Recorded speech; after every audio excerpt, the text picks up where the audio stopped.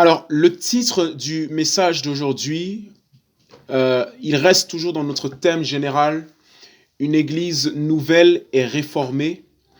Mais je crois dans cette cinquième partie, si je ne me trompe pas, nous allons encore rester sur le même enseignement, sur la même série, le même thème, notamment jusqu'à ce que ce soit ancré en toi que le standard minimum pour tout chrétien, c'est d'être un prêtre, que tu es un prêtre, que tu es un lévite, que tu n'as pas été appelé à juste être un membre d'une église locale et à assister à des cultes le dimanche, mais que tu as été appelé par Dieu pour le servir, pour être actif et contribuer à l'œuvre du royaume dans un ministère qui a été préparé sur mesure pour toi.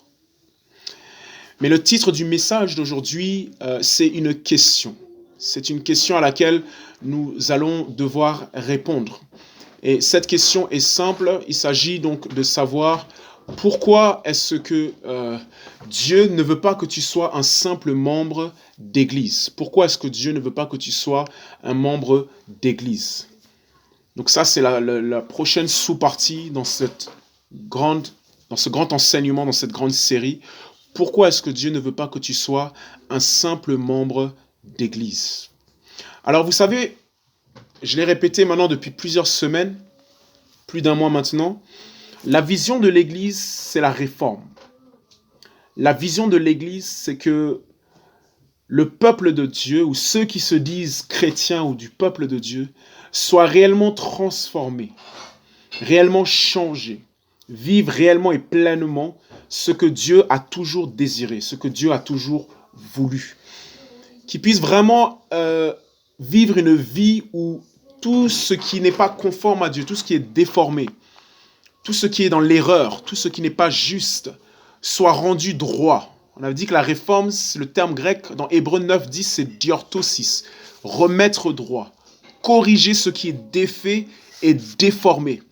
Ça veut dire qu'on a un plan spécifique, on a une volonté spécifique, on a une architecture spécifique, on a un corps spécifique, mais le squelette, la structure, le fondement, les mentalités, les pratiques, les voies, les vies, les agissements ne sont pas tout à fait comme ça doit l'être. Et donc Dieu veut remettre droit. Et donc l'un des gros soucis, mes frères et sœurs, qu'on peut notamment voir au sein du monde de l'Église, du monde chrétien, c'est que nous avons réussi à produire beaucoup plus de membres d'églises locales que de véritables disciples. Nous avons réussi à produire davantage et beaucoup plus de membres d'églises locales que des chrétiens matures, que de véritables enfants de Dieu ou des fils de Dieu même. Nous avons réussi à produire davantage des membres d'églises locales que des chrétiens qui ressemblent à Christ. Si je vous emmène dans Matthieu le chapitre 28, versets 18 à 20, vous avez là en fait la mission que Jésus a donnée à tout disciple. Matthieu chapitre 28, du verset 19 à 20. La Bible dit, « Jésus s'étant approché, leur parla en disant, « Toute puissance m'a été donnée dans le ciel et sur la terre. » Verset 19, « Allez donc. » So we're in Matthew chapter 28, verse 18 to 19. And Jesus is saying that all power has been given to him in heaven and earth. And he says, therefore, go. Why do we have therefore? Pourquoi est-ce qu'on a le aller donc? Pourquoi le donc? S'il dit donc, c'est qu'il y a quelque chose avant. Et à cause de ce qu'il y avait avant, voici comment il faut faire. Et donc Jésus est en train de dire, parce que tout pouvoir m'a été donné dans le ciel et sur la terre, sur la base de cette autorité qui m'a été donnée, allez exercer cette autorité en mon nom. Il dit, allez donc et faites de toutes les nations des disciples, les baptisant dans le nom du Père, du Fils et du Saint-Esprit, et enseignez-leur à garder tout ce que je vous ai ordonné. Et voici, je suis avec vous tous les jours jusqu'à l'achèvement de l'âge. Amen. Matthieu chapitre 28, versets 19 à 20, c'est un verset que tout chrétien doit connaître par cœur. C'est l'ordre de mission de l'Église et de tout disciple. Et vous voyez ici que Jésus a dit, allez donc et faites de toutes les nations des disciples. Jésus n'a pas dit, allez donc et faites de toutes les nations des membres d'église locales. Jésus n'a pas dit, allez et faites de toutes les nations des membres d'église, des personnes qui viennent à un culte, des personnes qui viennent à des programmes. Il a dit, allez et faites de toutes les nations des disciples.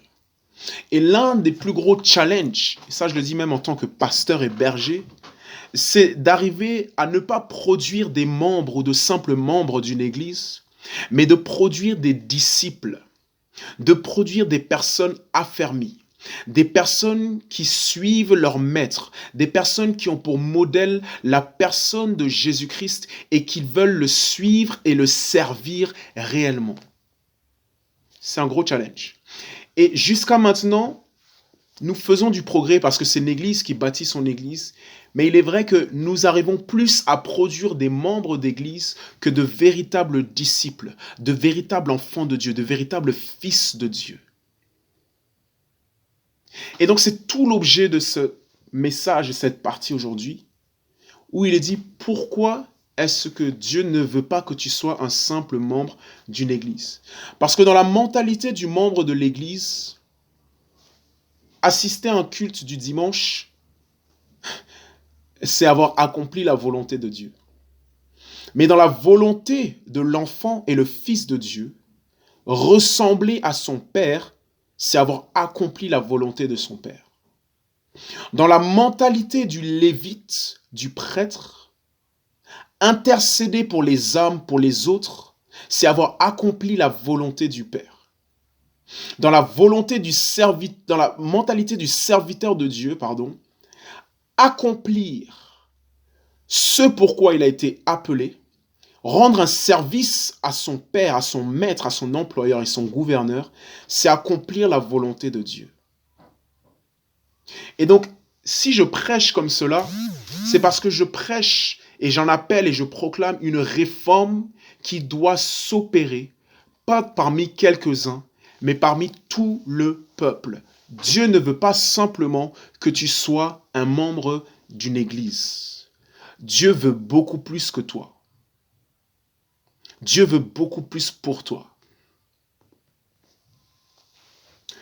Alors, c'est important parce qu'on est en train de parler des Lévites.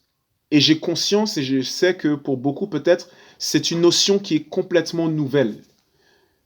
De la notion du sacerdoce royal. 1 Pierre chapitre 2 du verset 4 à 9. Le fait que nous sommes un sacerdoce royal. Nous sommes une communauté de prêtres. Nous sommes un royaume de prêtres. Parce que peut-être pour beaucoup, être un prêtre, ça se réservait juste à la personne qui se tient devant toi, qui est en train de parler, c'est-à-dire moi, le pasteur. Et donc c'est peut-être nouveau parce que dans ta conception des choses, tout s'arrêtait à être un membre d'une église. Dans ta conception des choses, celui qui devait le plus travailler, celui qui devait prendre soin des brebis, celui qui devait apporter dans son cœur les affaires éternelles, la volonté de Dieu, le Seigneur Jésus, le roi, c'était peut-être le clergé, c'était peut-être les prêtres, les pasteurs, ou ceux qui ont fait de la théologie, ou ceux qui connaissent bien la Bible. Mais aujourd'hui, on va parler des Lévites sous un autre angle et on va voir que dès leur naissance, ils étaient des serviteurs. Leur naissance a déterminé leur service. Et on va comprendre que tout enfant qui est né de nouveau, né de Dieu, n'est pas seulement né enfant, il n'est pas seulement né chrétien, il est né serviteur, il est né prêtre. Et tu vas comprendre donc que si tu es né dans la tribu des Lévites, si tu es né dans la tribu chrétienne, tu n'as pas d'autre choix. Mais avant même ta naissance, tu as été marqué pour servir Dieu. Amen, amen, amen. La réforme, c'est un message puissant, c'est important, et il faut que ce soit sur nos lèvres, il faut que ce soit dans nos cœurs, il faut que ce soit dans notre esprit, il faut que ce soit dans notre tête constamment. Seigneur Jésus, qu'est-ce qu'il y a à réformer en nous? Qu'est-ce qu'il y a à réformer dans ton Église? Qu'est-ce qu'il faut voir réformer? Qu'est-ce que je dois réformer? Qu'est-ce que je dois appeler à la réforme? Car Dieu est passé à autre chose, il ne veut plus d'une Église membre. Vous savez, quand on parle de l'Église, on est référé à différents niveaux, de différentes manières. On est un temple vivant ou des pierres vivantes. On est le temple de Dieu. On est un jardin de Dieu. 1 Corinthiens chapitre 3 le dit. On est l'épouse. On est le corps du Christ. Et quand on dit corps du Christ, nous sommes membres du corps. Mais je n'ai jamais vu jusqu'à maintenant dans les Écritures quelqu'un être membre d'une dénomination ou même membre d'une église locale. Je ne vois pas quelqu'un être membre d'un culte qui vient juste chauffer les bancs, qui est juste assis et qui n'aspire jamais à devenir un serviteur de Dieu. Si je prends Ésaïe chapitre 61, Ésaïe chapitre 61, le verset 7, il est dit quelque chose de très très puissant. Et là, je suis juste en introduction. Alors, je ne vais pas répéter tout ce que j'ai dit avant, parce que j'ai foi en Dieu que de plus en plus, on a compris que c'est la culture de l'Église. C'est dans notre culture que de réécouter des enseignements, les enseignements, de rabâcher cela constamment pour bâtir des racines. Bâtir des racines. Si tu avais été ici devant moi, je t'aurais fait répéter bâtir des racines. Mais bon. Ésaïe chapitre 61, la Bible dit, je commence à partir du verset 1. L'Esprit du Seigneur Yahweh est sur moi, car Yahweh m'a oint pour proclamer la bonne nouvelle aux malheureux, ou pour évangéliser les malheureux. Pour d'autres versions disent les pauvres. Il m'a envoyé pour guérir ceux qui ont le cœur brisé, pour proclamer aux captifs la liberté et aux prisonniers l'ouverture de la prison. Yes, amen. Pour publier une année de grâce de l'Éternel et le jour de vengeance de notre Dieu, pour consoler tous ceux qui mènent un deuil, pour annoncer à ceux de Sion qui mènent deuil que la magnificence leur sera donnée au lieu de la cendre, une huile de joie au lieu du deuil, un manteau de louange au lieu d'un esprit abattu, afin qu'on les appelle des térébintes de la justice, une plantation de l'Éternel pour servir à sa gloire. Et ils rebâtiront les ruines antiques. Ils relèveront les lieux qui étaient auparavant désolés, et ils renouvelleront des villes ravagées et les choses désolées d'âge en âge. Et des étrangers s'y tiendront là et feront paître vos troupeaux. Et les enfants de l'étranger seront vos laboureurs et vos vignerons. Mais vous, excusez-moi, c'est le verset 6, Ésaïe 61, verset 6 qui nous intéresse. Mais vous serez appelés prêtres de l'Éternel, et on vous nommera les serviteurs de notre Dieu. Ésaïe chapitre 61 verset 6 est en train de parler des enfants d'Israël, parce que je vous souvenez, j'avais dit dans Exode 19 verset 6 que ça a toujours été la volonté de Dieu que Israël soit une communauté de prêtres. Mais il a dû démarquer, mettre de côté une tribu, parce qu'il a réalisé dans Exode 32 que Israël voulait pour Dieu un veau d'or, une idole. Il ne voulait pas de Dieu. Et donc Dieu a vu que son souhait pour tout le monde n'a pas pu se faire. Et donc ça a été pour quelques-uns. Parce que ça, c'est important de réaliser. Dieu n'est pas un Dieu exclusif. Dieu est un Dieu inclusif. Il ne fait point de favoritisme. Ce que Dieu désire, il le désire pour le plus grand nombre. Voilà pourquoi il est dit dans 2 Timothée, je crois que c'est le chapitre, 1 Timothée, pardon, le chapitre 2, verset 4, où il est dit que c'est la volonté de Dieu que tous parviennent à la connaissance de la vérité. Dieu ne veut pas que quelques âmes soient sauvées, Dieu veut que toutes les âmes soient sauvées. Dieu ne veut pas que certaines personnes soient des serviteurs ou des servantes de Dieu, Dieu veut que tout le monde soit des serviteurs et servantes. Dieu ne veut pas que quelques-uns le connaissent intimement, Dieu veut que tout le monde le connaisse intimement. Mais le souhait de Dieu n'est jamais en fait assouvi. Il n'est jamais satisfait. Son souhait, que ce soit tout le monde, que beaucoup soient appelés et élus. Pourquoi il y en a peu qui sont élus? Pourquoi c'est toujours, on dirait, une minorité ou certains? C'est parce que les personnes qui sont appelées n'ont pas le même désir ou le même souhait. Et vous savez, dans Ésaïe chapitre 61, verset 6, donc il est dit que ils seront appelés quoi? Ils seront appelés 2 choses. Prêtres, serviteurs. Il est dans la volonté de Dieu en réalité que toi et moi, nous soyons prêtres et serviteurs. D'autres versions disent ministres de Dieu. Je sais qu'on a l'habitude de référer les pasteurs, les prophètes, les apôtres, ceux qui sont appelés à la prédication de l'évangile, ceux qui ont été établis par Dieu pour diriger l'église, diriger le troupeau, ceux qui ont été oints et ordonnés pour cela. Très souvent, on a l'habitude de les appeler des ministres. Mais sais-tu qu'en réalité, nous sommes tous ministres? Normalement, je devrais dire serviteur Jean-Jacques ou ministre Jean-Jacques. Normalement, je devrais dire ministre Siloé. Normalement, je devrais dire ministre Islamia. Normalement, je devrais dire servante Pearl. Normalement, je devrais dire serviteur Guy Landry. Toutes les personnes qui sont ici, je n'ai pas les noms de tout le monde et je ne peux pas donner le nom de tout le monde, même si je sais qui est là. Tu dois réaliser que tu es un ministre, tu es une servante, tu es un prêtre. Ça n'a jamais été dans la volonté de Dieu que beaucoup soient des membres d'église et peu soient des servantes, des serviteurs et des ministres. Ça a toujours été dans la volonté de Dieu que tous,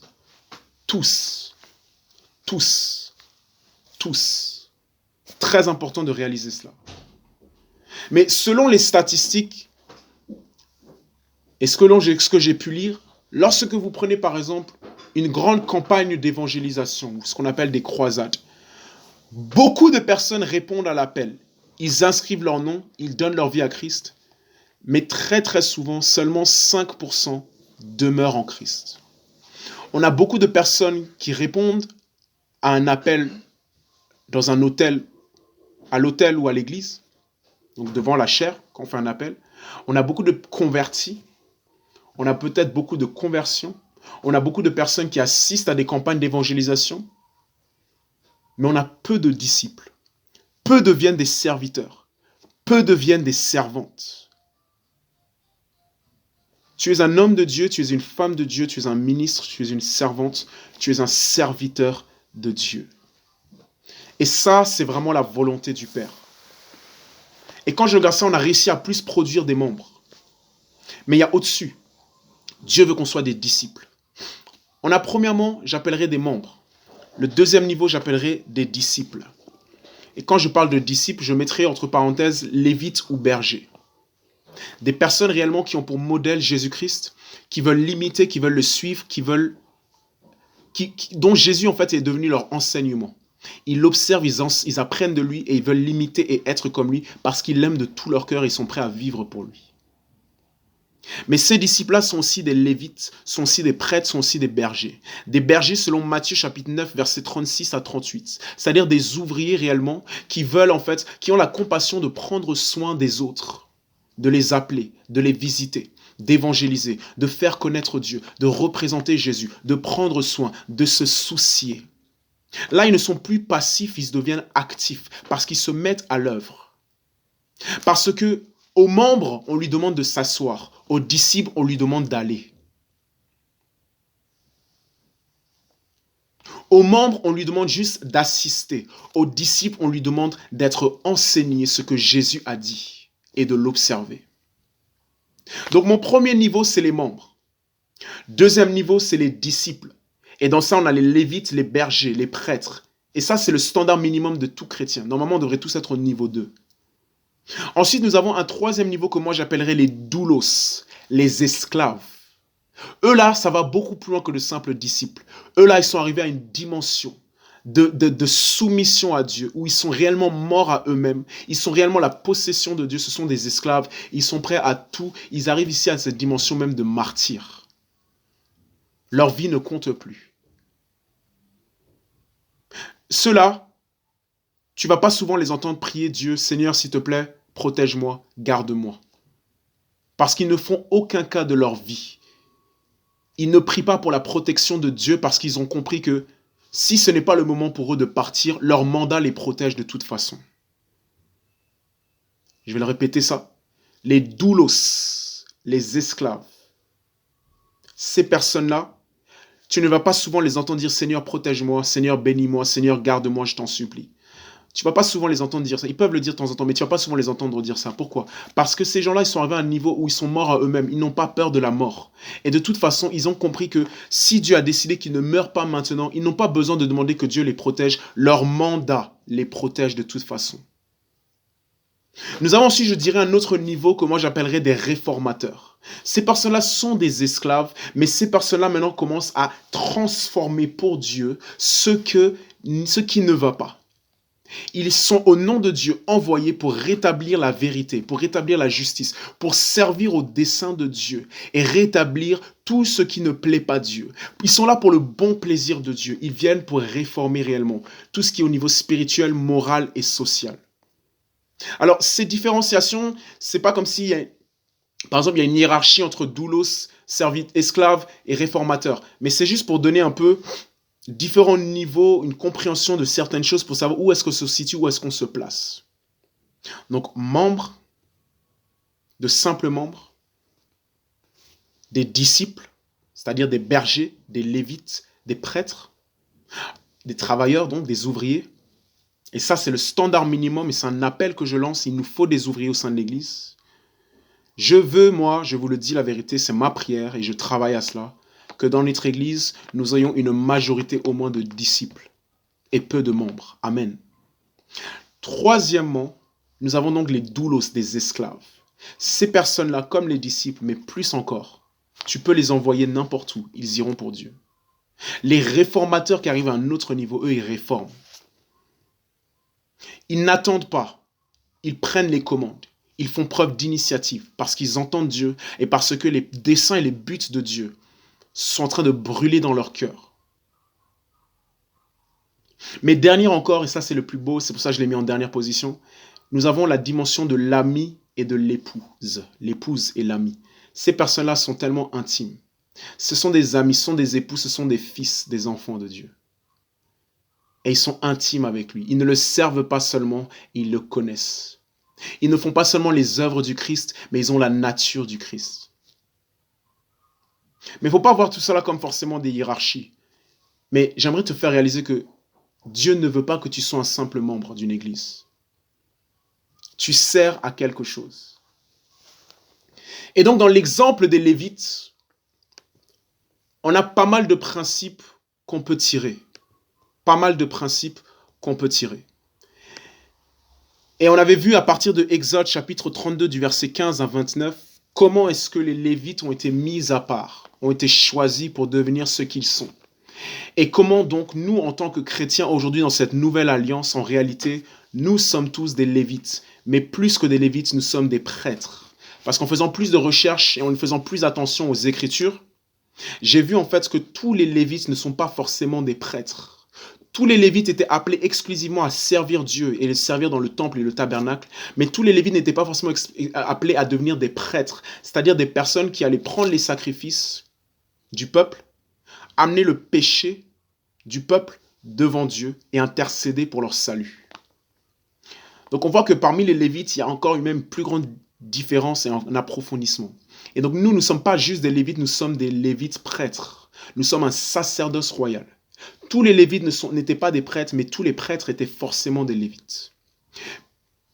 Mais tous les Lévites, attention, étaient également, exclusivement consacrés à Dieu et à son service. Ils n'avaient point d'héritage si ce n'est l'Éternel, le Dieu vivant.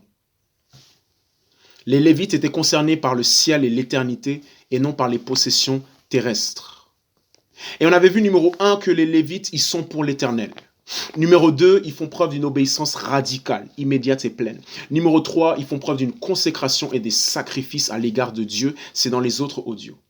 On avait vu la semaine dernière, il y a 2 semaines, qu'ils exercent en numéro 4 une fonction sacerdotale, la fonction de prêtre. Ils ont la responsabilité de servir Dieu, qui concerne notamment l'état du peuple devant Dieu, l'enseignement de la connaissance de la loi, le pardon de leurs péchés et leur vie éternelle. Et donc, si nous sommes des lévites, des prêtres lévites même, l'une des bases, des caractéristiques de notre vocation, qui va se décliner en plusieurs fonctions, parce qu'on a tous différentes fonctions, différents rôles pour Dieu, mais il y a toujours la base commune, c'est celle de servir Dieu et rien que Dieu. C'est celle de se soucier réellement de la condition spirituelle des gens, des âmes, gagner des âmes, enseigner des âmes, leur faire connaître Dieu, leur faire penser à l'éternité, prendre soin des autres. Ton appel doit forcément avoir un impact sur les autres. Ils portent leur péché et le péché du peuple. Donc ce sont des médiateurs, des intercesseurs.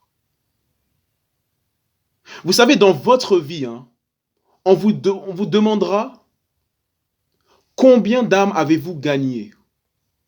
Ou quelle a été votre contribution dans la vie d'une âme, dans les autres? Je répète cette question qui viendra forcément au jugement. Dieu nous demandera forcément combien d'âmes avons-nous gagné ou en quoi avons-nous contribué pour que des âmes soient gagnées. Si je prends par exemple la maison d'édition, RCP, Reformed Christian Publishers, au niveau de l'Église, en tout cas qui provient de l'Église.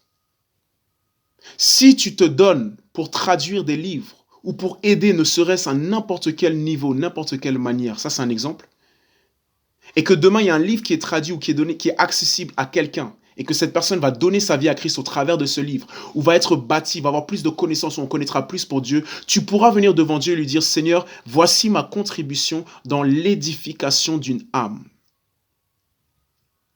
Parce que ta fonction, ton service concerne forcément les autres. Il sert forcément les autres et pas toi-même. La fonction sacerdotale, la fonction de prêtre, l'appel auquel nous sommes tous appelés, c'est celui de se soucier des affaires éternelles. Lorsqu'on comprend qu'on est un lévite, lorsqu'on comprend qu'on est un prêtre, on comprend que tout le monde doit être concerné par l'éternité, par les choses d'en haut. Tout le monde doit être concerné par les choses de Dieu, par le royaume de Dieu. Tout le monde doit être concerné par Jésus-Christ et ses intérêts et son image. Et donc, on avait vu déjà dans cette quatrièmement, on avait parlé des affaires éternelles et des affaires terrestres. Et par la grâce de Dieu, nous aurons une opportunité d'aller plus en profondeur sur cela. Mais je veux rester encore sur cela parce que j'avais parlé du fait qu'il y avait donc une seule et même vocation pour tous les lévites, pour tous les prêtres, mais ils avaient plusieurs fonctions. Une seule vocation, celle de Dieu et des affaires éternelles, les affaires de son royaume. À chaque fois que tu te soucies de l'Église, du bien-être de l'Église, à chaque fois que tu te soucies des projets de l'Église, la vision de l'Église, à chaque fois que tu te soucies de la Bible, à chaque fois que tu te soucies de la volonté de Dieu, de servir Dieu, tu es en train de te soucier des affaires éternelles. Parce que les affaires terrestres, on avait dit, ce sont des choses qui viennent de la terre, qui concernent uniquement la terre et qui s'arrêteront avec la terre. Mais dans tout ce que tu fais, il faut que tu aies une perspective éternelle, une compréhension, un appel et un mandat de Dieu qui vit au-delà de toi et au-delà de cette terre et de ce monde. Parce que la seule chose qui va nous suivre dans le ciel, c'est Apocalypse chapitre 14, verset 13, ce sont nos œuvres. Nos œuvres vont nous suivre, le reste ne suivra pas du tout. Et donc il faut que mes œuvres soient des œuvres qui vont me suivre plus tard. Pourquoi est-ce que Dieu ne veut pas seulement que tu sois un membre d'une église? C'est parce que ce n'est pas ton identité.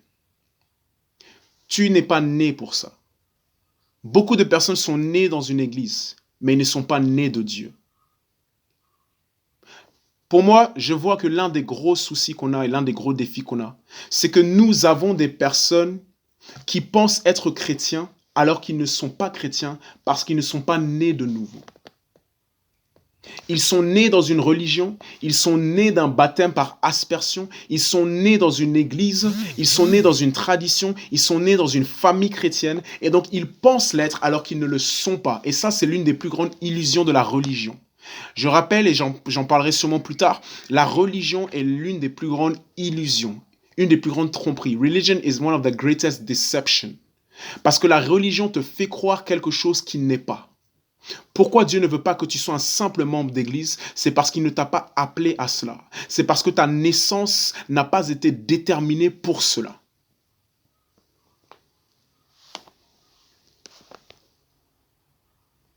Il est vrai qu'on dit viens à l'église. C'est vrai qu'on t'appelle, on dit viens à l'église, viens à l'église. On te demande de venir à l'église parce qu'on sait très bien que c'est l'un des seuls moments où tu peux être exposé à la parole de Dieu. C'est l'un des seuls moments où Dieu peut t'avoir. Et c'est important parce qu'il faut aussi faire partie de la communion avec les frères et sœurs.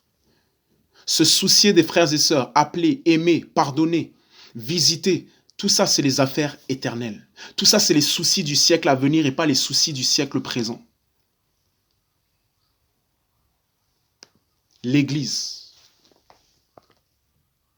Et j'avais parlé notamment mercredi soir que plusieurs fonctions, une seule vocation, et que parmi les Lévites, ils avaient plusieurs fonctions. Il y avait de tout. Il y en avait qui étaient prêtres, un qui était souverain sacrificateur, donc le grand prêtre. Certains étaient établis pour être des chantres, des musiciens dans le temple. Ils faisaient que ça. Certains étaient établis pour être des trésoriers, pour gérer les finances. Certains étaient établis pour se mettre aux portes des murs, pour garder les portes à différents endroits. Certains étaient établis pour s'occuper de la farine, de l'huile, des fleurs. Certains étaient établis pour fabriquer des parfums. Donc, il y avait une seule vocation, celle de servir exclusivement Dieu comme pour nous tous. C'est le point commun entre toi et moi. Mais là où il y a des diversités, c'est dans le fait que nous avons différentes fonctions. Au sein de ton église, quelle est la fonction que tu joues? Au sein du royaume de Dieu, quelle est la fonction que tu joues? Les membres d'église n'ont pour seule fonction que d'être assis, d'être présents, mais rien. Mais ça, ce n'est pas une fonction. Parce que si tu n'apportes pas un plus par rapport aux chaises et aux murs, tu ne fonctionnes pas. Quand on parle de fonction, on parle de fonctionner. Quand on parle de fonctionner, on parle de fonctionnement. On parle de quelque chose qui est en mouvement, quelque chose qui bouge, quelque chose qui avance, quelque chose qui est en opération. Et ça, c'est le but de chaque membre du corps du Christ, c'est d'être en mouvement. Parce que, écoutez bien, lorsque la tête, ton cerveau, envoie un signal dans le reste du corps qu'il faut avancer, tout le corps est en mouvement. La tête a avancé vers la réforme. La tête avance et va quelque part. Est-ce que tout le corps va suivre? Les membres d'une église ne suivent pas forcément la tête, mais les membres du corps du Christ suivent forcément la tête. C'est très important, mes frères et sœurs. J'ai prêché beaucoup de messages maintenant par la grâce de Dieu. Quand je regarde le SoundCloud, depuis 3 ans, ça fait quand même beaucoup maintenant, plus de 100 messages. Et parmi ces 100 messages, il y en a beaucoup qui sont importants. Mais celui-ci-là est plein de vérité et important. Il est pratique et pragmatique parce qu'il dit Dieu ne veut pas seulement que tu sois le membre d'une église. Dieu veut plus que pour toi. Et ça, là, on va le voir avec l'exemple des Lévites.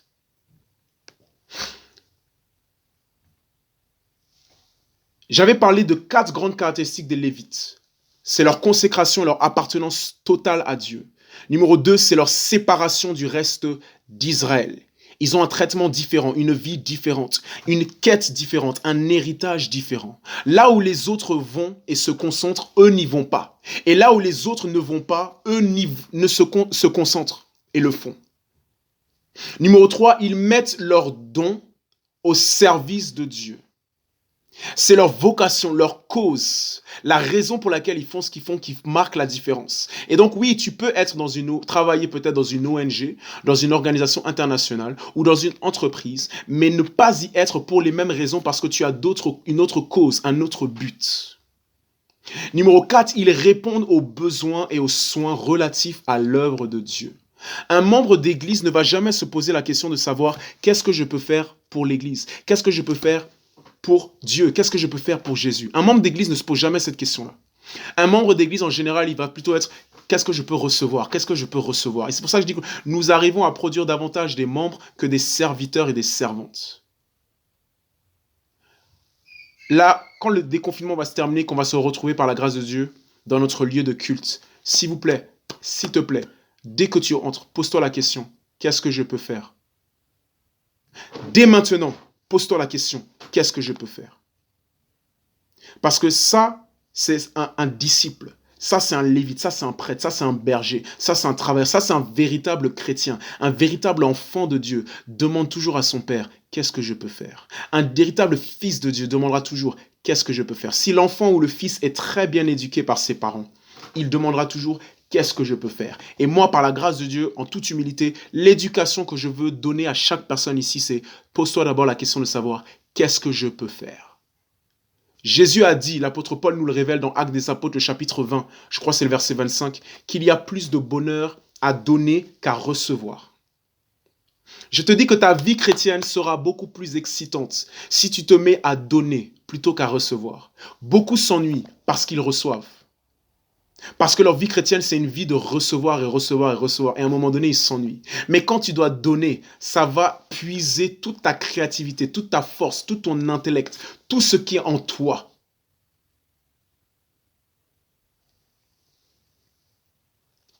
Ce n'est pas normal que dans la vie d'un chrétien, ce soit cyclique, routinier et de l'ennui. Plusieurs fonctions, une seule vocation, parce qu'ils avaient beaucoup à donner.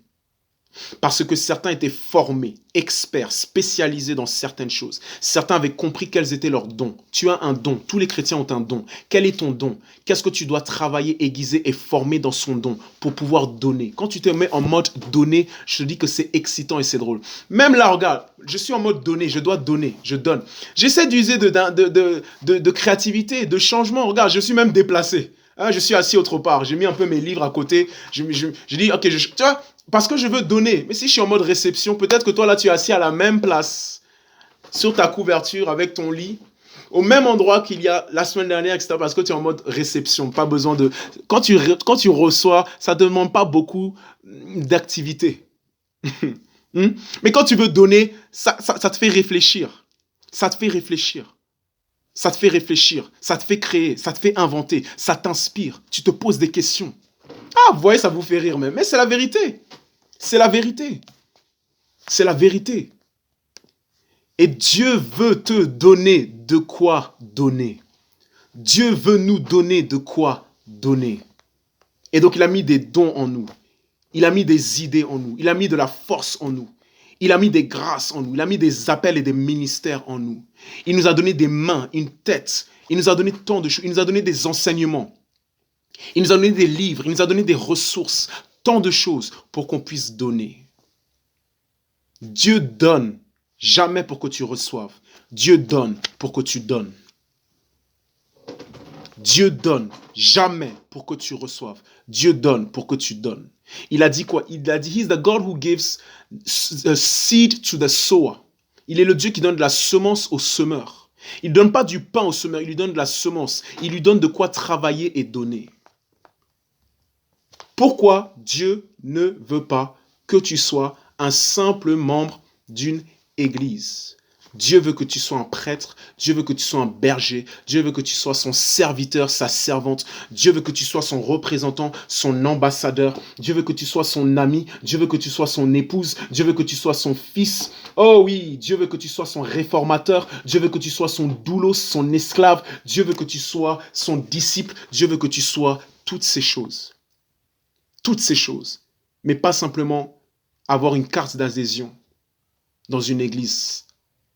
Parce que Dieu a parlé par la bouche d'une de ses servantes qu'au jour de l'enlèvement, ce n'est pas tous ceux-là qui ont assisté au culte ou qui se disaient chrétiens qui seront enlevés. Hallelujah. Shandarabas Sakaya. It's a very important message. J'aimerais nous emmener dans le livre de Nombre. Nombre, le chapitre 1. Nombre, chapitre 1. Et dès que tu y es, s'il te plaît, fais signe.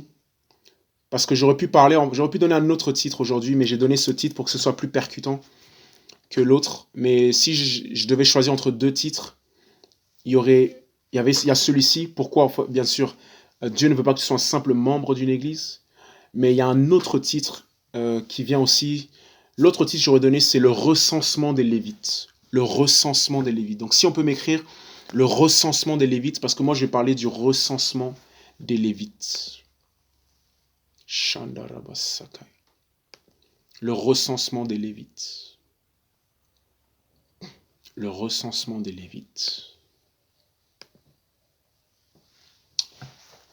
Merci pour le service rendu par tous les serviteurs et servantes de cette église. Gloire à Dieu.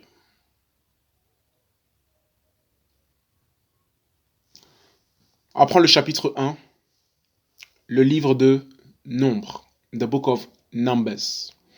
Il est intéressant de voir que le livre qui parle de recensement s'intitule le livre de Nombre, Numbers. Or Yahweh parla à Moïse dans le désert de Sinaï dans la tente d'assignation, le premier jour du second mois, la seconde année, après qu'ils furent sortis du pays d'Égypte, en disant: Faites le dénombrement de toute l'assemblée des fils d'Israël, selon leurs familles, selon les maisons de leurs pères, en comptant nom par nom, à savoir tous les mâles, chacun par tête, chacun par tête, depuis l'âge de 20 ans et au-dessus. Tous ceux d'Israël qui peuvent aller à la guerre, vous les compterez selon leurs armées, toi et Aaron. Et il y aura avec vous un par tribu, celui qui est le chef de la maison de ses pères. Alors, on a quelque chose d'assez important. Et j'aimerais nous lire encore Nombre chapitre 1. J'ai lu du verset 1 jusqu'à 5. Et là, je vais lire du verset 17, ou plutôt du verset 16 jusqu'à 19. Verset 16 à 19. On est en train de dire pourquoi est-ce que Dieu ne veut pas que tu sois un simple membre de l'Église, ou le recensement des Lévites. Donc Dieu est en train d'opérer un recensement. Il est en train de compter. Il est en train de vérifier combien de personnes il y a et qui sont les personnes. Il est en train de faire un appel pour voir qui est-ce qui répond présent à l'appel. Pour enregistrer et savoir qui est qui, combien est-ce qu'ils sont. Donc il y a une valeur très spirituelle dans le recensement et dans le dénombrage ou dénombrement. Versets 16 à 19. Tels sont ceux qui furent appelés pour tenir l'assemblée. Donc imaginez la scène. On fait un recensement qui a été ordonné par Dieu pour savoir combien ils sont et qui est qui. Qu'est-ce qui s'est passé? Eh bien, ils appellent les gens nom par nom, tête par tête. Dieu appelle. Parce que quand Dieu appelle, il appelle par ton nom. Es-tu présent quand Dieu appelle? Une personne qui n'est pas un membre d'une église simplement a compris que c'est un appel de Dieu qu'il est en train de répondre. Parce que dans Jean chapitre 10, le verset 3, ça dit que mes brebis connaissent ma voix et me suivent. Elles suivent le bon berger parce qu'elles connaissent la voix du berger. Elles ont entendu sa voix, elles ont entendu l'appel et elles le suivent. C'est un principe qui est de base au sein de l'Église, mes frères et sœurs. Église qui veut dire ecclésia, c'est ceux qui sont appelés hors Dieu. Tu ne fais pas partie de l'Église si tu n'as pas entendu et répondu à un appel du bon berger. Pas l'appel d'un pasteur, pas l'appel d'un frère ou d'une sœur, mais l'appel de Jésus-Christ. Et donc, à cause de cela, Matthieu chapitre 18, verset 20, lorsque 2 ou 3 sont assemblés en son nom, c'est le verset 19, il est présent. Ils sont assemblés en son nom parce qu'ils ont entendu l'appel de Jésus. Très important, si tu te retrouves ici, est-ce que tu te retrouves ici parce que tu as entendu l'appel de Jésus, le bon berger, ou est-ce que tu te retrouves ici parce que tu as entendu l'appel d'un frère, d'une sœur ou du pasteur? Si je suis ici et je me tiens devant toi, c'est parce que j'ai entendu l'appel de Jésus-Christ. Il a fait un recensement, il appelle, il invoque, il veut savoir Gilbert, Gilbert, Gilbert, Lévite, Lévite, Rubin, Rubin, et ils répondent à l'appel. Verset 16, tels sont ceux qui furent appelés pour tenir l'assemblée. Ils étaient les princes des tribus de leurs pères, chefs des milliers d'Israël. Alors Moïse et Aaron prirent ces hommes qui avaient été désignés par leur nom, et ils convoquèrent toute l'assemblée, le premier jour du second mois. On les enregistra selon leur famille et selon la maison de leur père, en comptant les noms depuis l'âge de 20 ans et au-dessus, chacun par tête, comme Yahweh l'avait commandé à Moïse, et il les dénombra au désert de Sinaï.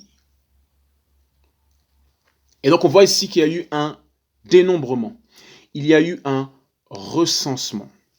Alors c'est quoi un recensement? Un recensement, c'est aussi simple que cela. C'est lorsque, en fait, on est en train de faire un compte ou un inventaire. Lorsqu'on est en train de compter pour connaître et savoir quel est le nombre de personnes dans une population ou au sein d'un État ou d'un gouvernement. C'est le fait d'être enregistré dans les données d'un État, d'un gouvernement, pour notamment diverses raisons, pour divers objectifs. Mais la première chose, c'est déjà pour savoir en fait combien de personnes on a et qui est qui. Dans Proverbe, le chapitre 27, verset 23, il est dit « Connais bien tes brebis. Prends soin de tes brebis. Be diligent to take heed and know the state of your flock. » Donc, il s'agit de bien connaître l'état de ton troupeau. Quand tu es un berger, quand tu réfléchis comme un berger, tout de suite, tu te poses la question, on est combien? Et qui est là? Qui est qui? Parce que ça fait partie du dénombrement. Et Dieu aussi a fait un dénombrement. Pourquoi est-ce que Dieu recense? Pourquoi est-ce que Dieu compte? Pourquoi est-ce que Dieu veut savoir qui est présent? Pourquoi c'est important de savoir si tu es présent ou pas? Pourquoi c'est important de connaître ton profil, qui tu es, d'où tu viens, où tu habites? Quels sont tes dons, tes grâces? Quel est l'appel de Dieu dans ta vie? Pourquoi c'est important qu'on sache ce genre de choses? C'est parce qu'il y a divers objectifs quand on fait un recensement, quand on dénombre, quand on compte. Un État, un gouvernement dans un pays, on le fait peut-être pour savoir qui peut être dans l'armée. C'est ce qu'on appelle la circonscription militaire. On recense les gens pour savoir qui est-ce qui peut faire partie de l'armée. Je ne sais pas, peut-être dans certains de vos pays, vous avez déjà fait le service militaire. Eh bien, le service militaire, il est fait sur quelle base? Sur le fait qu'il y ait un recensement déjà. Ça nous permet de savoir quelles sont nos ressources humaines. Ça nous permet de savoir qui est-ce qu'on a comme 10 personnes disponibles, aptes et prêtes à servir dans l'armée. Le recensement, ça aide aussi notamment pour les impôts. Ça permet aussi de savoir quelles sont les ressources des uns et des autres et combien on doit prélever au niveau des impôts. Le recensement, en règle générale, en gros, pour faire bref, le fait de compter, de dénombrer ta population, c'est pour savoir combien vous êtes, qui est qui, et savoir quelles sont les ressources humaines que nous avons. Il est important dans l'Église que l'on sache quelles sont les ressources de chaque membre. Parce que, je veux le dire encore une fois, tu es une ressource humaine, une ressource spirituelle au sein de l'Église, au sein du royaume de Dieu. Tu es une ressource dans l'œuvre de Dieu. Voilà pourquoi Dieu ne veut pas que tu sois seulement un membre. Si tu es seulement un membre d'une église, assis, et on t'appelle alors que tu n'entends pas la voix du berger, alors que tu ne te mets pas en activité pour servir, sache que tu ne vas jamais, jamais, jamais trouver ta destinée. Sache que tout ce qui est en toi ne va jamais se déployer. Sache que tu ne seras jamais une ressource pour les autres. Oh, tu recevras toujours, mais tu ne seras jamais une ressource pour les autres. Est-ce que vous savez comment on peut connaître notre valeur? On peut aussi connaître notre valeur en voyant ce qu'on apporte aux autres, en voyant notre utilité par rapport aux autres. Et j'aimerais dire à quelqu'un, tu es utile. Dieu t'appelle à le servir. Dieu t'appelle à le servir. Et donc, il y a eu un dénombrement. Dieu a compté. Et je vais voir principalement donc 2 points très importants pour comprendre pourquoi est-ce que Dieu ne veut pas que tu sois simplement un membre d'une église. Ce qui me permet en fait de parler des caractéristiques du service. Parce qu'il y a 5 caractéristiques. Je vais commencer par les 3 derniers, mais je vais me focaliser sur les 2 premiers. Les 3 derniers, j'en avais notamment parlé mercredi soir et samedi. Alors je ne vais pas revenir dessus. De toute façon, ça a été enregistré et s'il vous plaît que ce soit envoyé. Mais les Lévites, dans leur service, on les appelait pour différentes raisons. Je vais m'attarder sur les 2 premiers, mais je donne déjà les 3 derniers. On les appelait et leur service se caractérisait déjà par ces 3 choses. C'était selon leur responsabilité ou selon leur charge. Donc, un Lévite était dans un service parce qu'il a été assigné là-bas. On l'a mis en charge d'un certain poste ou d'une certaine fonction. Ce n'est pas lui qui a choisi, c'est son supérieur qui a choisi et qui l'a posté quelque part. Donc, il ne faut jamais sous-estimer là où tu as été posté. Ce n'est pas pour rien et ce n'est pas un choix, c'est une assignation que Dieu t'a faite. Deuxièmement, les Lévites, leur service se caractérise et se fait selon leurs dons, leur expertise ou leur spécialisation. J'avais dit qu'il y avait des Lévites qui étaient des musiciens dans le temple, il y avait des Lévites qui gardaient la porte du temple, il y avait des Lévites qui étaient des prêtres ou des souverains sacrificateurs, il y avait des Lévites qui devaient préparer avec de l'huile et de la farine, des parfums, etc., etc. Différentes fonctions, c'était selon leur spécialité, selon leurs dons ou leur grâce. Il y a, la Bible dit, une diversité de dons, un seul et même esprit, une diversité de ministères ou services, un seul et même Seigneur, une diversité d'opérations, mais un seul et même Dieu. Nous sommes tous ici dans la même église, la même communauté, mais il y a une diversité de dons, de ministères, de services, de grâces et d'opérations. Et c'est ça qui va déterminer la façon dont ton service va se faire dans le royaume de Dieu, dans ta génération. Parce que tu n'es pas sur cette terre pour rien. Troisième caractéristique, leur service se caractérise aussi par combien ils sont capables et formés. On ne va pas y aller, mais dans 1 Chronique, chapitre 25, verset 7, on parle de Lévites qui sont des musiciens, ils ont été formés, ils sont habiles, ils sont aptes.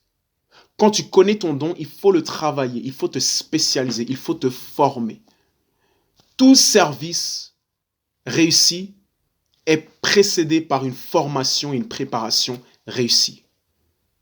Mais le membre d'église, il ne pense pas à la formation, il ne pense pas à la préparation. Pour le membre d'église, dimanche, ça va.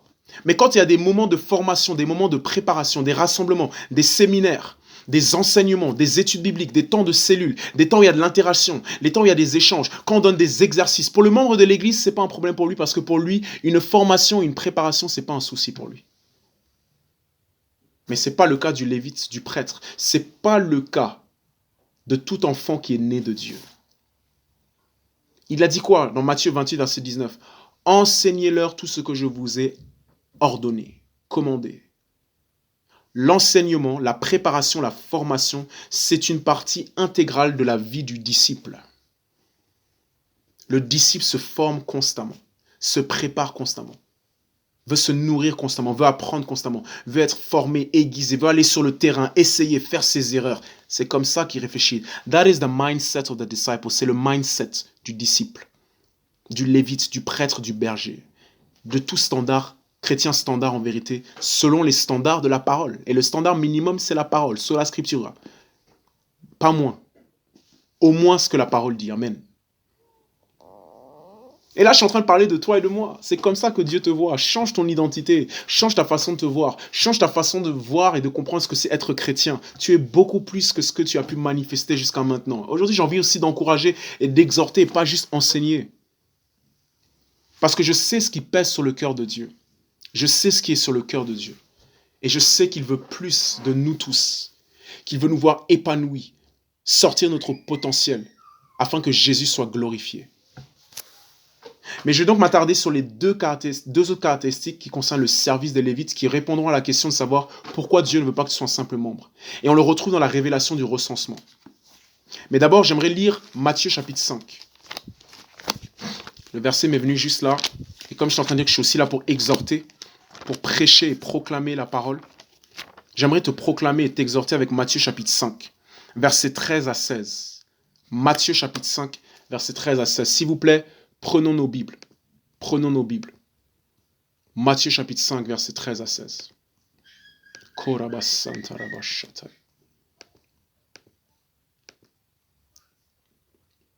Le membre d'une église n'est pas un étudiant de la parole.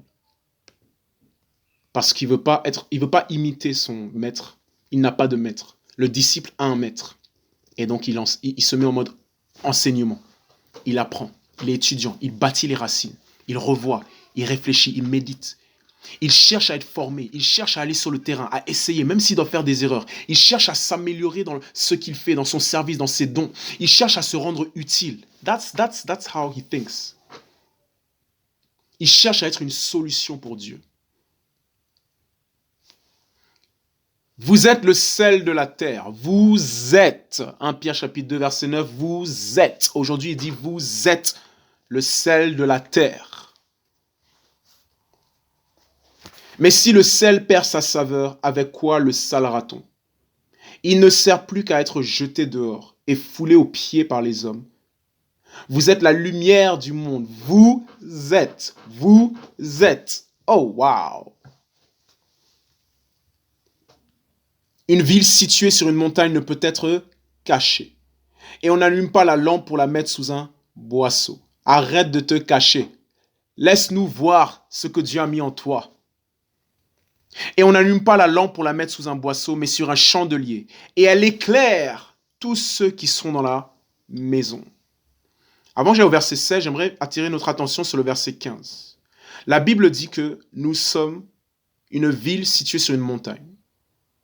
Dieu nous met dans une position où on ne peut pas être caché. Et quand tu es dans une position où tu ne peux pas être caché, mais tous les yeux sont braqués sur toi, où tu as la pression de réussir et de bien faire, tu n'as pas d'autre choix que de performer, de servir, d'être à la hauteur de la tâche. Et je te dis que d'expérience, quand tu es un enfant de Dieu et que Dieu veut t'utiliser, il va te mettre au sommet d'une montagne où tu n'as pas d'autre choix que de faire parce que tu ne peux plus te cacher. Mais qu'est-ce qu'elle fait, ce chandelier avec cette lampe? Elle éclaire tous ceux qui sont dans la maison. Il faut éclairer tous ceux qui sont dans ton périmètre, tous ceux qui sont dans ton cercle, tous ceux qui sont dans ton milieu. Il faut leur faire connaître Jésus, il faut leur faire connaître Dieu. Il faut que tu sois utile, il faut que tu sois serviable, il faut que tu sois une solution, il faut que tes dons puissent servir aux autres. Tu éclaires tous ceux qui sont dans ta maison, tous ceux qui sont dans ton périmètre. Toute personne qui se rapproche de toi doit connaître, doit voir, doit comprendre, doit être encouragée, doit être édifiée, doit être rapprochée de Dieu, doit être nourrie physiquement, socialement. Bref, tu dois être une valeur ajoutée selon ce que Dieu a mis en toi et ce qu'il te demande. Et le verset 16 a dit, « Ainsi que votre lumière luise devant les hommes, afin qu'ils voient vos bonnes œuvres et qu'ils glorifient votre Père qui est dans les cieux. » Donc il y a une qualité d'œuvre qui glorifie Dieu. Et donc ça veut dire que cette qualité d'œuvre qui glorifie Dieu, les gens du monde qui vont glorifier Dieu reconnaissent que ces œuvres-là ne sont pas de cette personne, mais elles sont de Dieu. Il y a une qualité d'œuvre qu'on peut présenter au monde où il n'y a aucun doute, ça ne peut que venir de Dieu. Et Éphésiens 2, 10 dit que nous avons été créés en Jésus-Christ. Nous sommes son ouvrage créé en Jésus-Christ pour pratiquer des œuvres qu'il a préparées d'avance afin que nous marchions dans elles. Donc Éphésiens 2.10, si je le combine avec le Matthieu 5.16, me fait comprendre qu'il y a des œuvres, mon frère, ma soeur, il y a des œuvres que Dieu a préparées d'avance. Mais cette qualité d'œuvre que Dieu a préparée d'avance, c'est une œuvre si puissante qu'il est incontestable que c'est Dieu et on glorifie Dieu. Parce qu'on glorifie l'auteur d'une chose. S'ils glorifient Dieu pour ses œuvres, c'est qu'ils ont reconnu que dans cette œuvre-là, c'est Dieu qui en est l'auteur et pas ces personnes-là. Quelles sont les œuvres que Dieu a préparées d'avance pour toi et pour moi, dont il est incontestable et sûr que c'est Dieu. Que c'est Dieu. Pourquoi Dieu ne veut pas que tu sois simplement un membre d'une église? Il a préparé d'avance des œuvres pour toi qui vont le glorifier. Dieu nous voit beaucoup plus qu'on se voit. Amen. Alors, si je reviens à Nombre, le chapitre 1, aujourd'hui, le Seigneur ne met pas seulement en mode enseignant, mais aussi en mode prédicateur. Si je reviens à Nombre, on voit que donc il y a un dénombrement, il y a un recensement que Dieu opère.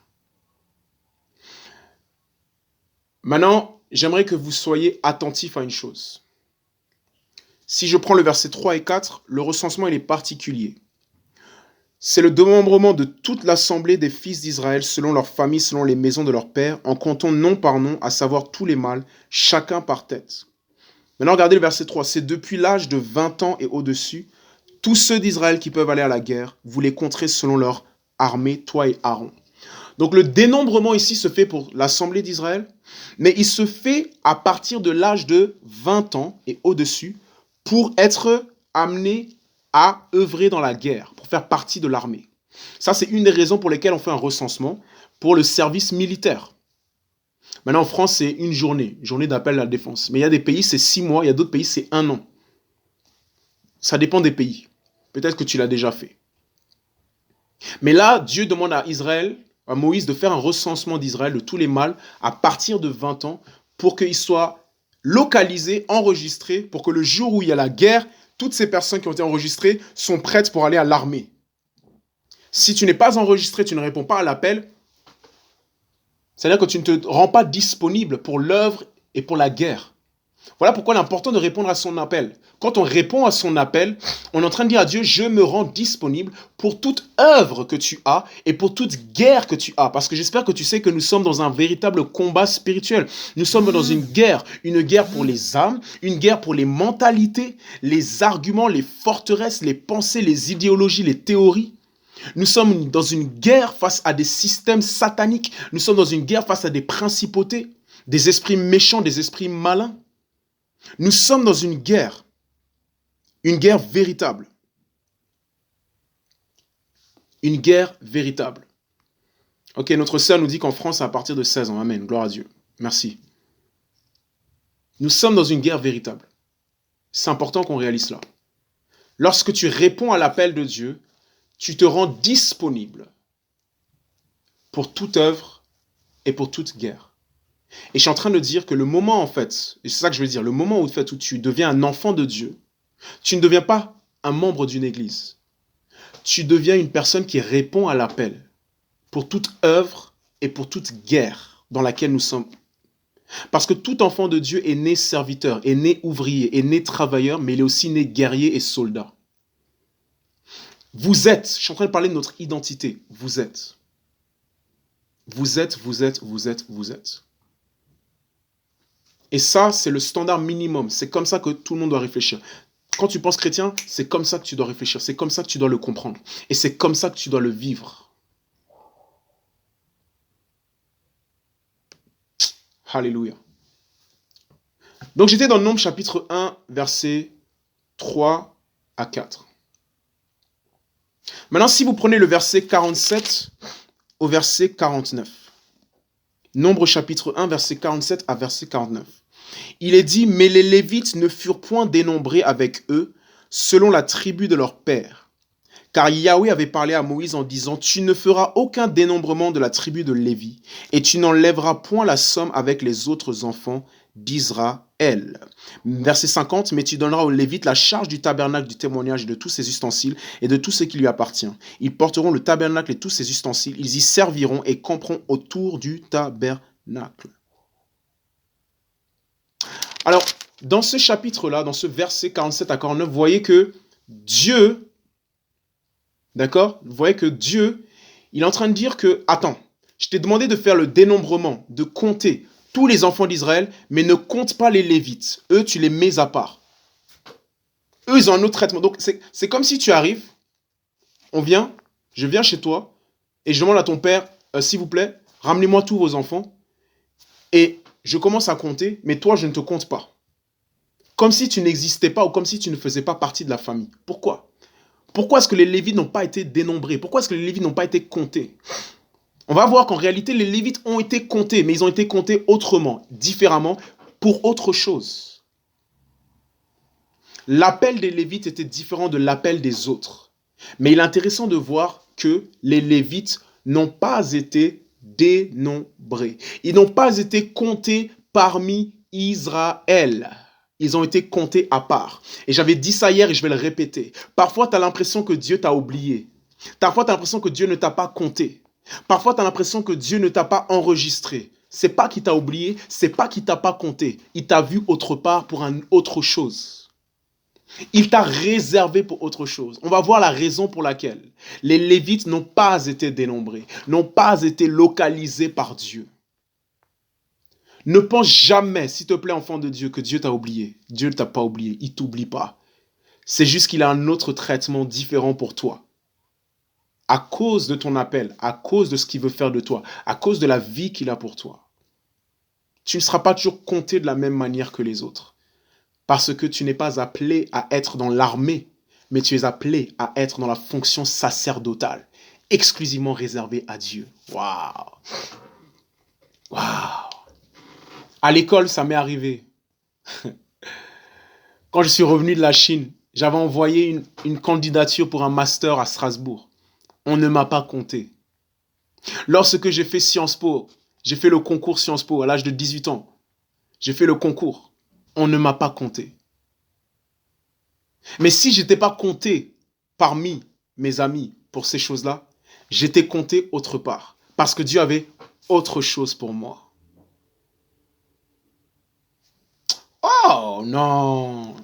Ça, c'est une parole d'encouragement. Amen. J'ai cru que tu allais dire amen sur ça. Dieu ne t'a pas oublié, il ne t'oublie pas. C'est juste qu'il t'a compté différemment. Il a compté les Lévites différemment. Korabasakaya. We give you glory, Lord. We give you glory, Lord. We give you glory, Lord. Lisons Nombre chapitre 3, versets 39 à 42. Et j'en irai sur mon principe. Nombre chapitre 3, versets 39 à 42. Et je donnerai mes deux principes. Nombre chapitre 3, versets 49 à 42. Et je donnerai mes deux principes. Nombre chapitre 3, versets 39 à 42, on va voir pourquoi les Lévites n'ont pas été comptés. Ils n'ont pas été recensés. Tous les Lévites dénombrés, que Moïse et Aaron dénombrèrent selon leur famille, selon le commandement de Yahweh, tous les mâles de l'âge d'un mois et au-dessus, furent de 22 000. Yahweh dit à Moïse, fais le dénombrement de tous les premiers mâles des enfants d'Israël, depuis l'âge d'un mois et au-dessus, et relève le nombre de leurs noms. Relève le nombre de leurs noms. J'espère que tu réponds présent quand on t'appelle. Ah! Verset 41. Et tu prendras les Lévites pour moi. Tu prendras les Lévites pour moi. Je suis Yahweh, à la place de tous les premiers-nés qui sont parmi les enfants d'Israël. Tu prendras aussi les bêtes des Lévites à la place de tous les premiers-nés des bêtes des enfants d'Israël. Moïse fit le dénombrement, comme Yahweh lui avait commandé, de tous les premiers-nés qui étaient parmi les enfants d'Israël. Et tous les premiers-nés des mâles selon leur nombre des noms, depuis l'âge d'un mois et au-dessus selon leur dénombrement, furent 22 273. 22 273 Lévites qui ont été dénombrés, recensés, mais différemment des autres. Très important. Ils ont été dénombrés différemment. Pourquoi est-ce qu'il y a un recensement qui est différent? Pourquoi est-ce que Dieu ne veut pas que tu sois simplement un membre d'une église? La première des choses, et donc qui est en fait la quatrième caractéristique de leur service, mais là c'est parmi les deux principes sur lesquels je vais énormément m'attarder, c'est ces deux-là. Le premier principe en fait, c'est que de par leur naissance, ils sont nés serviteurs. De par leur naissance, ils sont nés serviteurs de Dieu. De par leur naissance, ils sont nés prêtres. Donc c'est leur filiation.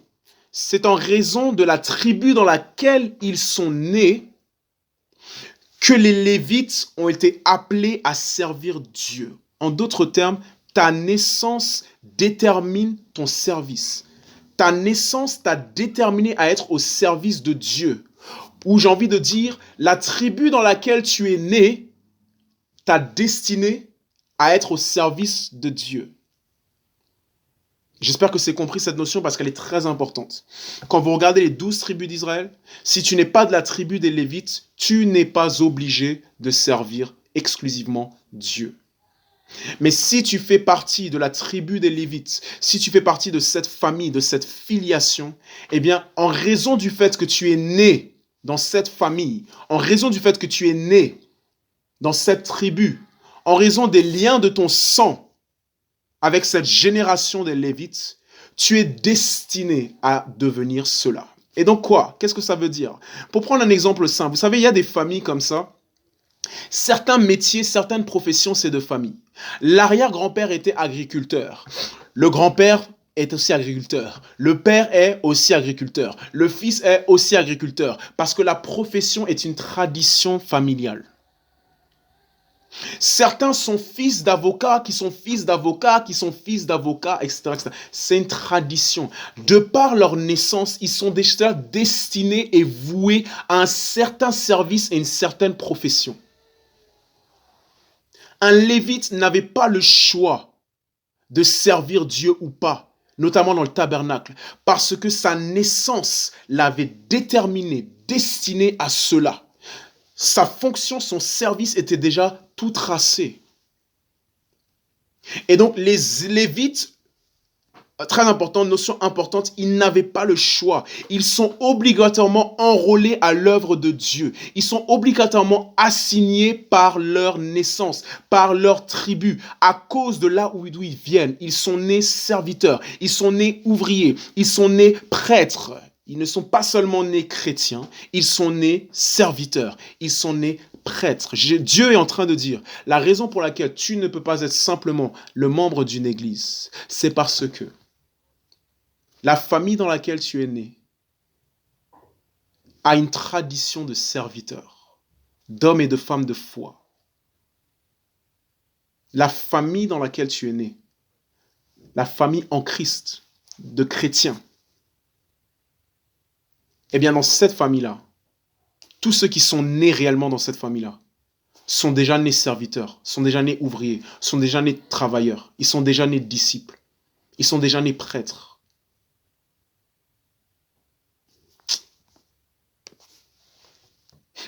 Écoutez cette chose. Si tu ne veux pas servir, fallait être né dans une autre tribu. Je ne sais pas si c'est trop long pour faire un hashtag avec ça, mais ça c'est une phrase phare. Si tu ne veux pas servir, fallait être né dans une autre tribu. Si tu ne veux pas servir Dieu, fallait être né dans une autre religion. Si tu ne veux pas servir Dieu exclusivement comme un prêtre et pas seulement être le membre d'une église, il fallait faire partie d'une autre église que celle-ci dans laquelle Dieu t'a placé. Parce que dans cette église, nous travaillons et œuvrons pour que le standard minimum pour tout le monde soit d'être un serviteur de Dieu, que tout le monde soit épanoui dans son appel, dans son ministère, dans tout ce que Dieu a mis en toi, que ce soit au service des autres. Moi, je veux que tout le monde soit utile. Tout le monde est utile. Tout le monde est utile. Tout le monde est utile. L'un des désirs que j'aimerais qu'on fasse, c'est que plus souvent, mais notamment les dimanches, après le culte, on ait des temps de communion fraternelle où on mange ensemble. Notre sœur Martine, elle est utile. Son don pour cuisiner des tartes, des quiches, et elle peut faire beaucoup d'autres choses. Mais ça, c'est une chose parmi tant d'autres qui contribue au service. Et c'est utile. Et ça, c'est la vision de la maison et c'est la vision que nous devons avoir. Nous voulons d'une église nouvelle et réformée où il n'y a pas de membres, il n'y a que des serviteurs, il n'y a que des prêtres et tout le monde fonctionne là où Dieu le veut qu'il soit. Parce qu'on a compris quoi? Lorsqu'on est né de nouveau, lorsqu'on est né de Dieu, notre naissance, et bien avant notre naissance, notre tribu détermine notre service. Si tu ne veux pas servir, il fallait être né dans une autre tribu, Lévite. Il fallait être né dans la tribu de Gad, de Nephtali, de Zabulon. Mais en ce qui concerne notre tribu, à partir du moment où tu es né dans notre tribu, tu es issu d'une tradition de prêtres. Tu es issu d'une tradition de serviteurs. Tu es issu d'une tradition d'hommes et de femmes de foi. Prenons Hébreux chapitre 11. Je vais te parler de ta famille, je vais te parler de tes ancêtres, je vais te parler de ta généalogie, je vais te parler de tous ceux qui t'ont précédé. Dans quelle tradition ils se sont mis? C'est dans la tradition du royaume de Dieu que d'être des bergers. Abraham était un berger, Isaac était un berger, Jacob était un berger, les 12 fils d'Israël, c'était des bergers. Quand ils étaient en Égypte, c'était des bergers, on leur a donné une place pour être des bergers. Moïse, qu'est-ce qu'il faisait quand Dieu l'a appelé? C'était un berger. Amos, qu'est-ce qu'il faisait quand Dieu l'a appelé? C'était un berger. Nous sommes issus d'une tradition de bergers, d'hommes et de femmes de foi, des serviteurs, des servantes. Tu n'as pas le choix. À partir du moment où tu es né dans ça et que tu as le sang de toutes ces personnes dans cette famille-là, ta naissance t'a déterminé. Ta tribu t'a déjà marqué. Voilà pourquoi tu es recensé différemment. On regarde Nombre chapitre 3, mais je vais nous ramener dans Nombre Hébreux chapitre 11. On doit être spirituel. La famille spirituelle, c'est très important. C'est notre véritable famille. Vous m'avez déjà entendu, Catherine Kuhlman, c'est ma grand-mère. Moi, je dis c'est ma grand-mère. Derek Prince, c'est mon grand-père. Bishop Jojo, c'est mon père spirituel, c'est mon père. Quand je vois des gens comme Pasteur Yvan Castanou, Bishop Doug Heward Mills, Mamadou Karambir, tout ça, c'est mes pères, c'est des papas. Quand je lis John Wesley, quand je lis, bref, plein de personnes, tout ça, c'est des pères, c'est nos parents dans la foi. Tous ceux qui nous ont précédés. Si dans une famille, le grand-père, l'arrière-grand-père, le père est avocat, l'enfant, il est destiné à ça. Si ton arrière-grand-père, c'est un maçon, ton fils maçon, etc., etc., c'est une tradition familiale, tu suis ça. Eh bien, dans la famille en Christ, c'est une tradition familiale. Ha! Shatai. Réformons nos mentalités. Soyons réformés pour devenir de véritables serviteurs. Réformons nos voies, réformons nos enseignements, réformons nos façons de voir les choses. Alléluia, gloire à Dieu. Alors je voulais qu'on aille dans Hébreux, le chapitre 11. Je voulais qu'on aille dans Hébreux, le chapitre 11.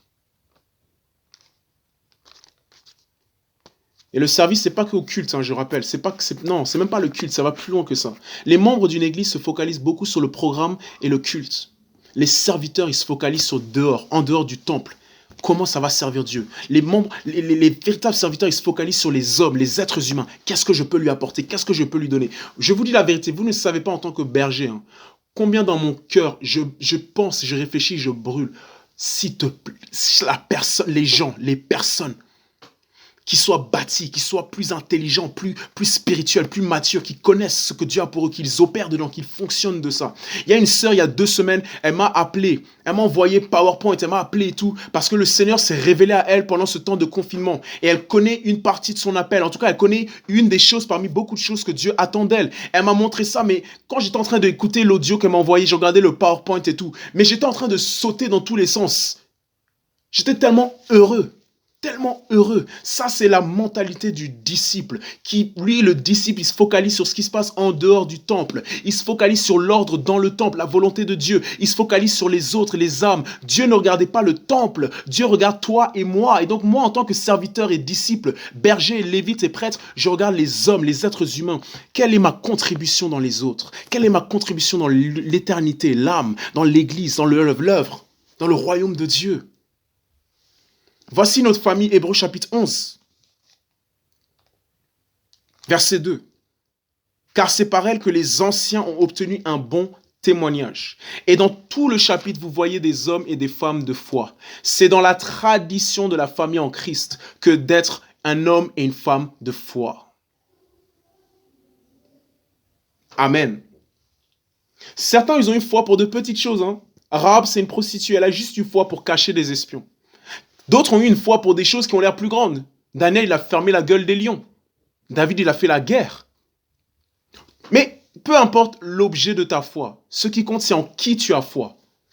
La tradition de notre famille, c'est de ne pas douter de Dieu, mais d'avoir confiance en Dieu et de faire des exploits pour Dieu. La tradition de notre famille en Christ, c'est de servir les intérêts du Christ, c'est de servir son Église. Matthieu 16, 18, Jésus dit, « Je bâtirai mon Église ». C'est quoi l'intérêt de Jésus? C'est de bâtir son Église.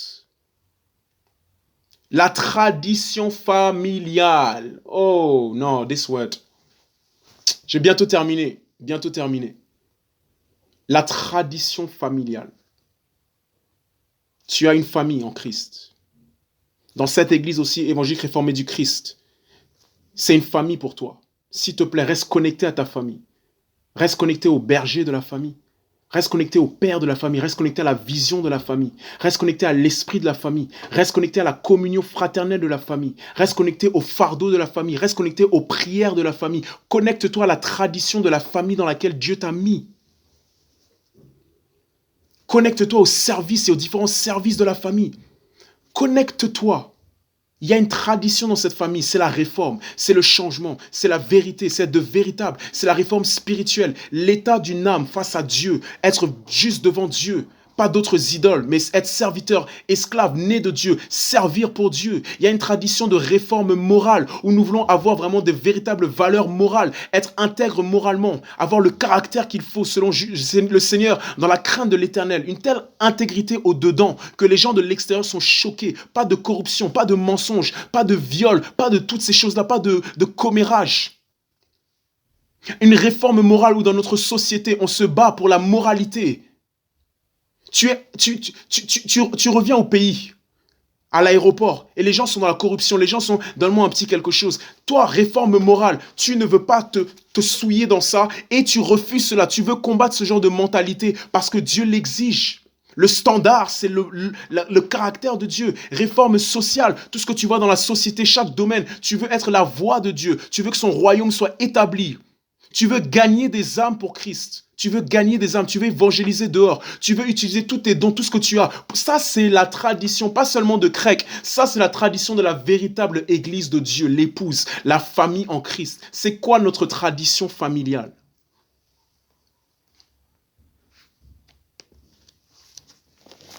Si je reviens à Nombre chapitre 3, je veux terminer un peu plus tôt parce que j'ai des annonces à faire. Si je reviens à Nombre chapitre 3 du verset 39 à 42, je relis, il est dit, tous les Lévites dénombrés, que Moïse et Aaron dénombrèrent selon leur famille, selon le commandement de Yahweh, tous les mâles de l'âge d'un mois et au-dessus furent de 22 000. Verset 40. Moïse dit, fais le dénombrement de tous les premiers nés mâles des enfants d'Israël depuis l'âge d'1 mois et au-dessus, et relève leur nombre. Alors, le verset 39 est très intéressant. Ah oui, what a family. Et là, c'est juste dans la Bible. Et il suit juste des gens de l'Ancien Testament. Lis seulement l'histoire de l'Église. Lis aujourd'hui notre temps contemporain. Regarde les gens autour de toi-même. Les gens autour de toi. Il y a des personnes, c'est ton père, c'est ta mère en Christ. C'est des exemples, c'est des modèles. Tout ça, c'est la tradition de la famille. Quelle tradition familiale. Quelle tradition familiale. Mais regardez le verset 40. Le dénombrement, contrairement aux autres enfants d'Israël, il se fait à l'âge de 1 mois. Il se fait à l'âge de 1 mois. Verset 39. Tous les mâles de l'âge d'1 mois et au-dessus. Donc, contrairement aux autres tribus d'Israël, où on les dénombrait, on les recensait, on les comptait à l'âge de 20 ans, pour les Lévites, dès l'âge de 1 mois, ils sont déjà comptés. Et c'est vraiment pour dire que dès ta naissance, tu as été marqué par Dieu. Avant même ta naissance, tu as été marqué par Dieu. Dès l'âge de 1 mois, tu es déjà compté, repéré par Dieu et mis à part. C'est pour ça que je dis, il y a des personnes, you can't run too long. Stop running away from God. You can't. He marked you. He counted you. He recorded you. Il t'a marqué, il t'a compté, il t'a enregistré, il t'a archivé. Dès ta naissance, j'avais dit ça il y a 2 semaines, je l'avais prophétisé. C'est une parole du Seigneur. Pour certaines personnes, ta naissance est une prophétie que tu as été marqué par Dieu. Quand vous regardez Jean-Baptiste, sa naissance n'était pas comme les autres. Et les gens se posaient la question, mais qu'est-ce qu'il en sera de l'enfant? Il y a certaines naissances qui ne sont pas particulières parce que Dieu veut qu'elles soient originales pour marquer le sceau de la séparation, la sanctification, de l'originalité, pour que ce soit un message qu'il y a quelque chose d'extraordinaire, d'étonnant te concernant parce qu'il t'a mis à part. À l'âge de 1 mois, ils ont été recensés les Lévites. Parce que dès l'âge de 1 mois, le plus tôt possible, il n'attend pas 20 ans, il attend dès la naissance pour éviter qu'il commence à courir et à faire tout n'importe quoi. Dès le début, il les marque pour être sûr qu'ils sont réservés à lui. Pour un Lévite, le service commence à l'âge de 1 mois, dès la naissance. C'est tout tracé, c'est tout tracé. Rien n'est à inventer, tout est à découvrir pour le Lévite. Rien n'est à inventer, tout est à découvrir pour le Lévite. Dieu ne te laisse même pas le temps d'essayer autre chose. Tout de suite, il te marque. Et il vient vers Jérémie, il dit, avant que tu ne sois dans le ventre de ta mère, je te connaissais. Avant là, je te connaissais. Avant que tu ne sortes de son sein, je t'avais consacré et établi prophète des nations. Je suis ici devant vous, je vous dis, je n'ai pas le choix. J'ai été marqué par Dieu. Avant même que je sois dans le sein de ma mère, j'ai été marqué par Dieu pour prêcher sa parole, pour être comme je suis en train de l'être et pour faire ce que je dois faire. Et ma seule réponse est, oui, prends tout, Seigneur. Oui, prends tout, Seigneur. Entre tes mains, j'abandonne tout avec bonheur. J'espère que c'est avec bonheur. Parce que si tu ne veux pas servir, il fallait être né dans une autre tribu. Il fallait être né bouddhiste. Il fallait être né catholique. Il fallait être né protestant. Il fallait être né évangélique. Il fallait être né dans une tradition, une famille chrétienne. Il fallait être né athée. Il fallait être né philosophe. Il fallait être né tout ce que tu veux, mais il ne fallait pas être né de nouveau. Quand tu as accepté Jésus-Christ et que réellement tu es né de nouveau, tu as accepté de faire partie d'une tradition de serviteur, de prêtre, de servante. Pourquoi Dieu ne veut pas seulement que tu sois un membre d'une église locale? Numéro 1, c'est parce que tu es né dans une famille qui a pour tradition de servir Dieu et d'être exclusivement réservé à lui. Amen.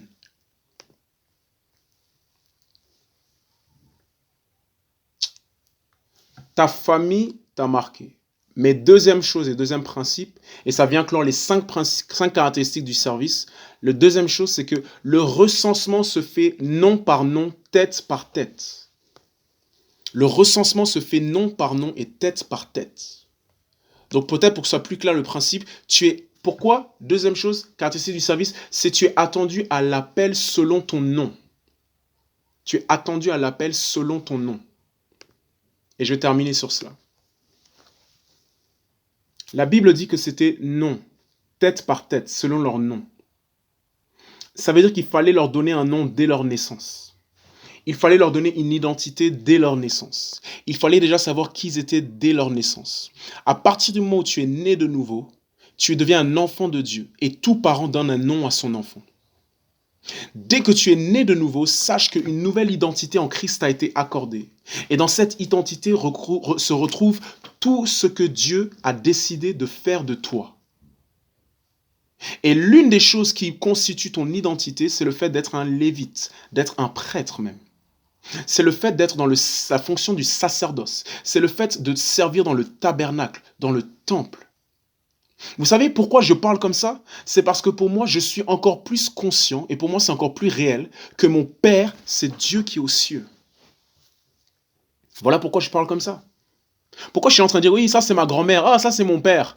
Mais pourquoi je parle comme ça? Parce que je suis plus conscient de ma famille spirituelle, de mes pères spirituels, de mes mères spirituelles, de mes ancêtres et de mon Père qui est aux cieux, que le naturel et le biologique. Au plus j'avance. Et ça, c'est avec le temps. À force d'avancer avec Dieu, il y a eu un renouvellement de mon intelligence de plus en plus. À force aussi de discuter avec eux, de voir ces gens-là et de réaliser que mais c'est les membres de ma famille. Je suis né du même sang que eux. J'ai le même père que eux. Ok, comment eux, ils ont fait pour demander à papa quelque chose? Comment est-ce que Moïse, il a fait pour demander à papa, papa, s'il te plaît, est-ce que tu peux me donner de l'argent de poche? Quand je vois mon grand frère Moïse qui a réussi à avoir de l'argent de poche de son Dieu, ok, je vais faire la même chose. Papa, s'il te plaît, est-ce que tu peux me donner de l'argent de poche? Et mon père qui est dans les cieux, il me donne comme il a donné à Moïse. Amen. Le recensement se fait nom par nom, tête par tête. Pourquoi? Parce que tu es attendu à l'appel selon ton nom. Les membres de l'église, surtout quand on a des méga churches de grandes églises, ils arrivent à se fondre dans la masse. 30 000, 15 000, mais 200, 300, 50, 20, 10, quel que soit le nombre. Quand tu es simplement membre d'une église, tu arrives à te fondre dans la masse. Tu arrives à te fondre dans la masse. Mais Dieu ne veut pas seulement que tu sois un membre d'église parce qu'il t'a appelé toi. Toi. Il t'a appelé toi pour beaucoup plus. Ton identité et ton appel font que tu es recensé. C'est cela qui caractérise ton service. Pour chaque nom, un service est attribué. Ou plutôt pour chaque fonction, un nom est attribué. Pour chaque tâche, un nom est attribué. Chaque nom, chaque identité vient avec des œuvres. Qu'est-ce que je dois faire sur la base de qui je suis? Alléluia. Gloire à Dieu, je vais m'arrêter là. Je vais m'arrêter là. Le message d'aujourd'hui n'est pas forcément si long que cela. C'est juste l'essentiel que j'aimerais qu'on puisse retenir. Et l'une des choses que j'aimerais qu'on retienne, c'est que tout enfant de Dieu, tout chrétien, il est né dans une famille, la famille de Dieu. Et il a déjà été déterminé à servir. Parce que ça fait partie de la tradition familiale. Les Lévites n'avaient pas le choix. Ils étaient assignés au service de par les liens du sang, de par leur famille, de par leur tribu. Et aujourd'hui, il n'y a qu'une seule tribu, la tribu des prêtres, la tribu chrétienne, la tribu des enfants de Dieu, la tribu des disciples, la tribu des prêtres, la communauté des prêtres qui exercent le sacerdoce royal. Vous savez, je vais terminer par cela. Mes amis avec qui j'ai commencé, notamment, depuis la primaire, collège, lycée, il y a des personnes, je les connais depuis plus de 15 ans. Quand je vois leur vie, quand je vois ma vie, je vois que je suis marqué. Si tu me vois en train de parler comme je parle, devant toi comme ça, sache que c'est pas nécessairement la voix que je voulais naturellement au début. J'avais pas forcément pensé comme ça en tout cas. Alors clairement pas comme ça. Peut-être je voulais servir Dieu, mais j'ai pas pensé comme ça. Mais aujourd'hui, j'ai compris que Dieu m'a appelé à être un lévite, un prêtre. Il m'a marqué. Il m'a compté différemment par rapport aux autres. Ne vous comparez jamais aux gens du monde. Vous n'êtes pas comptés de la même manière. Vous êtes comptés dans le livre de vie. Vous êtes comptés dans le livre de vie. Merci Seigneur pour ta parole. Opère cette réforme dans ton Église pour que le peuple réellement, Seigneur, accomplisse ta volonté. Soit des prêtres, un sacerdoce royal, soit des ministres serviteurs et servantes de Dieu. soient des esclaves, des doulos, des martyrs même, des hommes et des femmes de foi, qu'ils vivent pour le royaume de Dieu et ses intérêts. Et que dans le temple et en dehors du temple surtout, l'Église, la véritable nouvelle Église réformée que tu veux, soit pleinement manifestée. Les œuvres soient pleinement manifestées, la lumière soit pleinement manifestée. Que Seigneur, tu puisses susciter déjà parmi nous, ici à Crec, des travailleurs, des ouvriers, des bergers, des personnes disponibles, des personnes qui ne veulent plus seulement recevoir, mais qui veulent maintenant donner. Parce qu'ils savent que Dieu a mis quelque chose en eux, ils savent qui ils sont, et ils veulent donner. Parce qu'ils savent qu'il y a plus de bonheur à donner qu'à recevoir, comme toi tu l'as dit. Merci parce que tu révolutionnes nos vies. Merci parce que Seigneur, tu nous as mis à part et tu veilles sur nous et tu nous gardes. Merci parce que tu nous donnes un héritage qui ne peut pas se détruire. Où sont les maisons aujourd'hui? Les possessions terrestres que les enfants d'Israël ont héritées. Ils ne sont plus là. Mais l'héritage que les Lévites ont reçu est encore là. Et nous voulons te bénir et te remercier. Parce que tu nous appelles à être plus que des simples membres. Tu nous appelles à être beaucoup plus, à une vie exaltée. A higher calling, comme l'apôtre Paul disait. Une vocation céleste d'en haut. Une vocation plus élevée, plus haute et plus noble. Merci parce qu'on ne se contentera plus de la vie animale, où on va se soucier de ce qu'on va manger, boire et se vêtir. Mais on va se soucier de la vie divine en Dieu, la vie Zoé. Une vie noble, une vie qui sert les autres, une vie qui impacte sa génération, une vie qui bâtit et édifie les autres, une vie qui donne et qui ne reçoit pas. Merci pour cette réforme que tu opères parmi nous. Au nom de Jésus-Christ, bénis tout un chacun. Amen.